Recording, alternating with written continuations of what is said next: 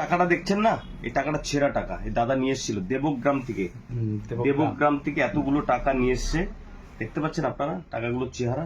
হ্যাঁ, এই টাকাগুলো মূল্যবান, কেউ ফেলবেন না।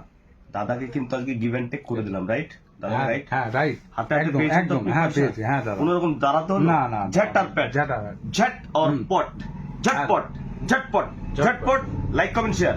আর কাউকে ফ্রড করতে দেবেন না, কাউকে টাকা পয়সা দেবেন না, ঠিক আছে না? আর ফেক আইডি তৈরি হয়ে গেছে কিন্তু। আপনাদেরকে বলতে পারে যে আমি অমুক পালের লোক বলছি, অমুক বিশ্বাসের লোক বলছি, আমাকে 10 টাকা দিন, 20 টাকা দিন, 500 দিন, দেবেন? টাকা দেবে না না, কাউকে দেবেন না।